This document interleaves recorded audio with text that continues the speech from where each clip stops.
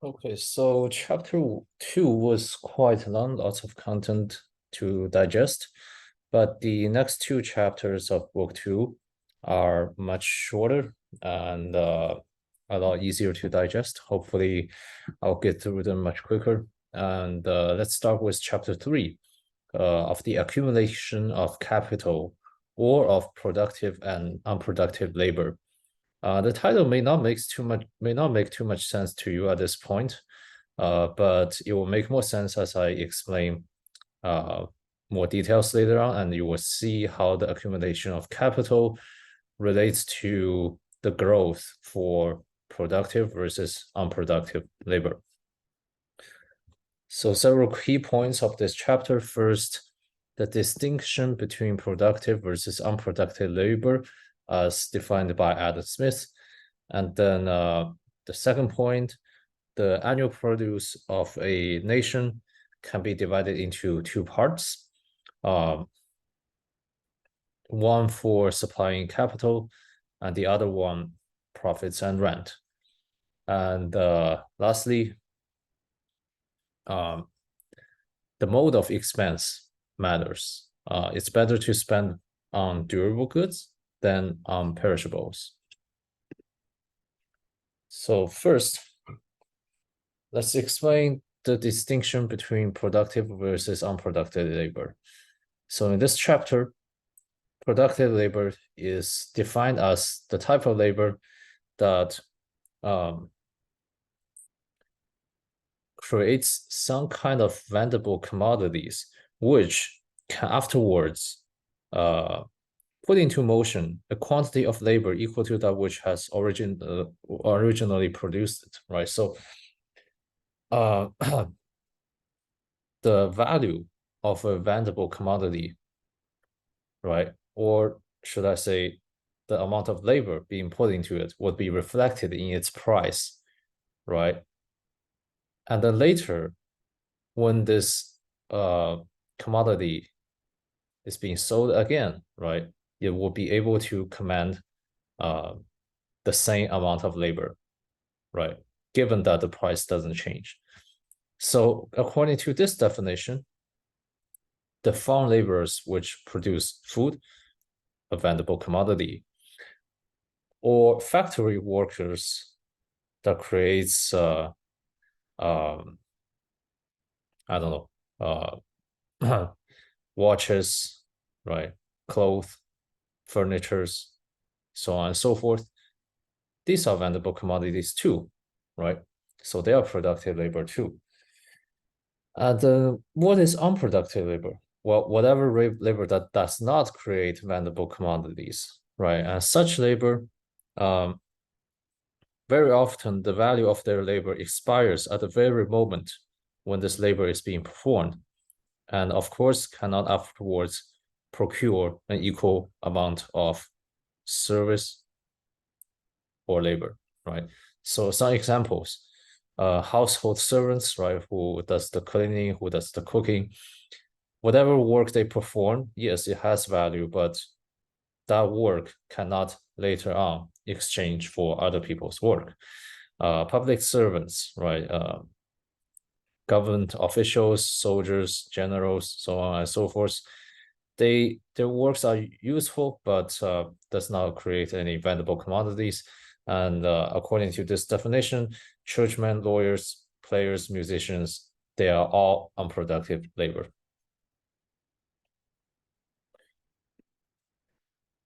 Okay, now second key points, right? Capital versus profits and rent. So part of the annual produce of a nation replaces capital. What does it mean? So you see that, for example, circulating capital, right, which is really the source of fixed capital as well. Circulating capital consists of provisions, materials, and finished work, right? And every year, part of this circulating capital is being withdrawn and then turned into something for immediate consumption or turned into fixed capital. And this stock of circulating capital needs to be replenished, right? So part of the annual produce is being employed in replenishing what's being taken away from the circulating capital, right? And then that part, right? That part of the produce which replaces capital, it employs productive labor only, right? Because this it produces something, right? Something vendible, a physical commodity that's vendible. But the remaining part, right? The remaining part of the produce constitutes profits and rent, right? And this part, it may or may not employ productive labor, right? It may employ unproductive labor. Whatever is being used for entertainment and enjoyment, right, is most likely being in profits and rent, right? Whatever is in capital needs to be reinvested and cannot be, be used for purely for the personal enjoyment of the owner.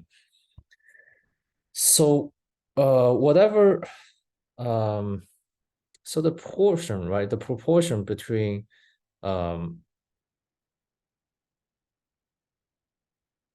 wait, give me 1 second. Yeah, so the proportion of productive labor, right, in a country is really depending on the proportion between the aforementioned two parts of the produce, right? The more of the produce that is being used in replacing capital, the more productive labor, the bigger the portion of the productive labor. Oh, shoot.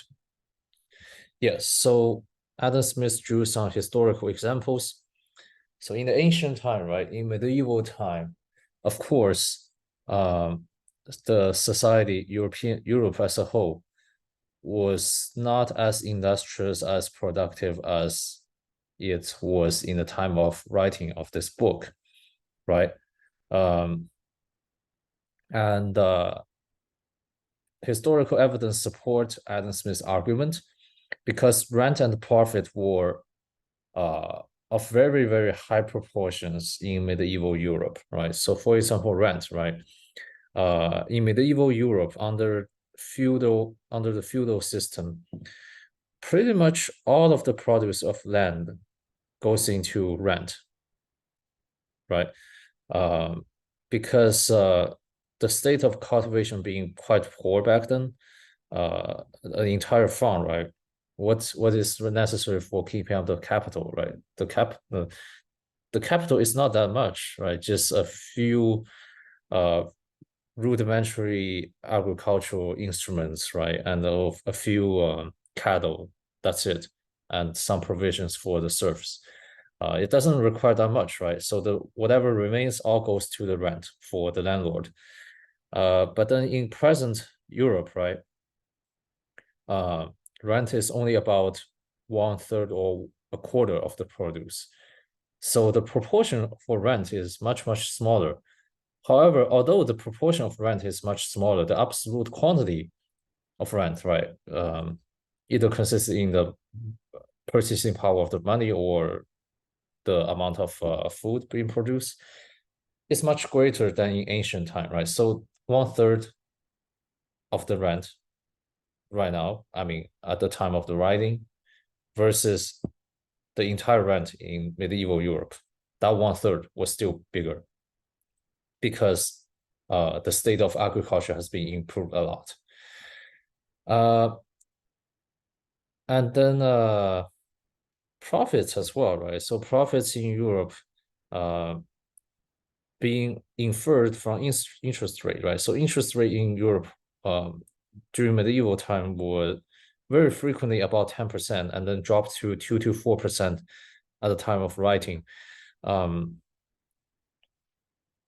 then there's a reasoning behind that, right? Because as productive power of labor increases, more materials and tools are needed to supply the same labor, the same number of workmen, right? Because they are a lot more productive now, they need more materials, more tools to work on than before, right? And hence, whatever is required to supply the capital, that proportion has to be bigger than profits and rent. And another interesting observation is that Adam Smith commented that the lower ranks of people, right, the common folks in mercantile and manufacturing towns, right? So, for example, London, Birmingham, towns in Holland, they tend to be a lot more industrious and hardworking than those of other towns supported by a presence of court. For example, Rome, Versailles, Fontainebleau, so on and so forth. Okay, yeah, so so the proportion between these two parts of produce regulates the proportion, right? Percentage of productive labor in a country, and hence the proportion of productive labor in turn regulates the quantity of annual produce, right? Greater the proportion of productive labor, greater the annual produce, right? And then for this to happen, more of the produce need to replace capital than constitute profits and rent. Okay, next, the great cause of progress, according to Adam Smith. What is that, right? So he commented that public prodigality, right, and imprudence.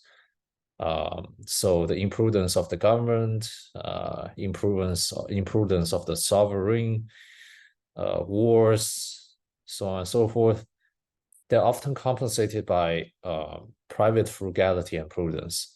So, for example,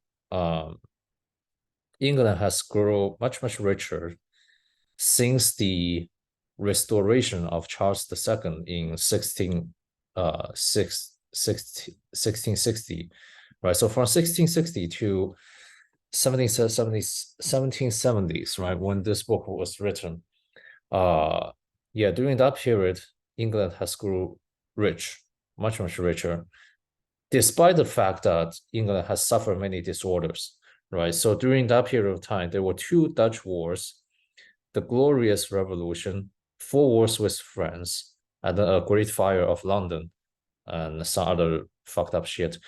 But England still grew richer. Why is that, right?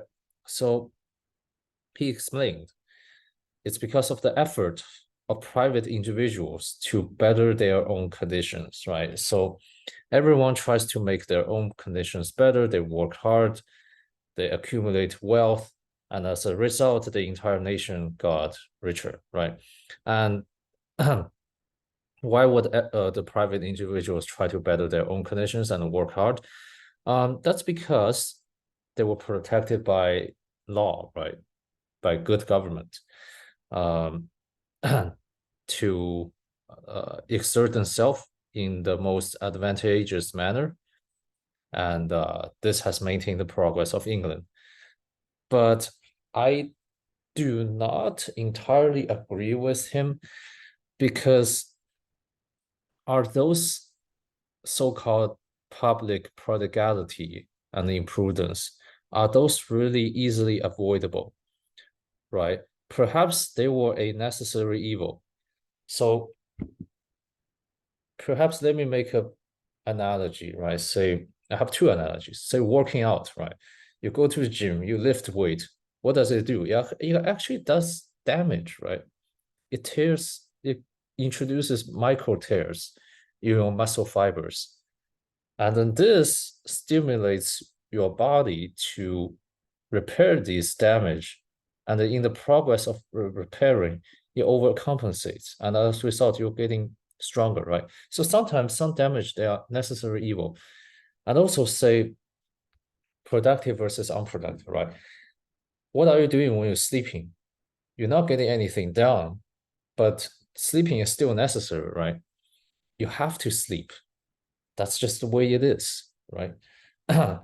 So I kind of see a lot of these public expenditures, for example, wars, perhaps they were necessary, right? Because sure, you save yourself a lot of expense by trying to avoid a war, but then diplomacy can only carry you so far, right? Sometimes some matter have to be settled in the battlefield.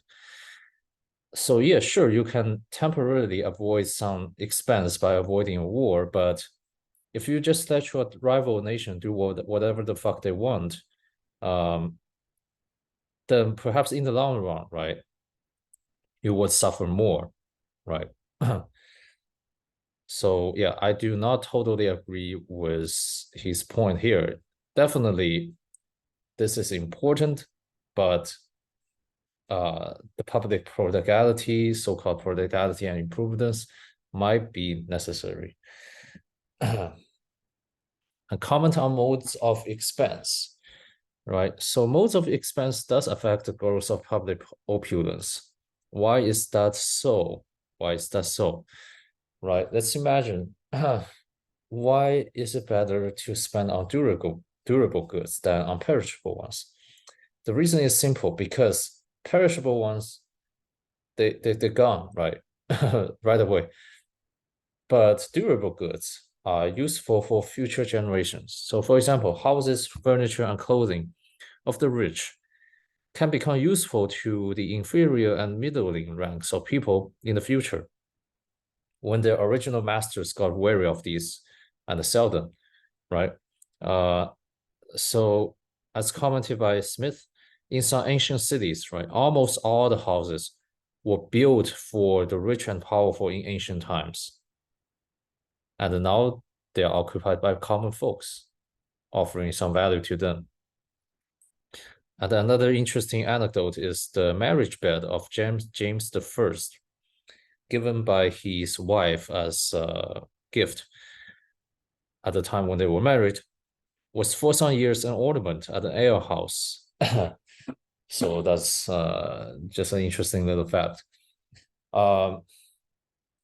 Yes, so if the rich people, right, they spend more on durable goods rather than spending on some lavish feast, right, where perhaps more than half of the food are being dumped away when the feast is over, you see there are lots of waste. But if they spend on durable goods, right, chances are these are not wasted unless they are destroyed, because they can later on be used by future generations.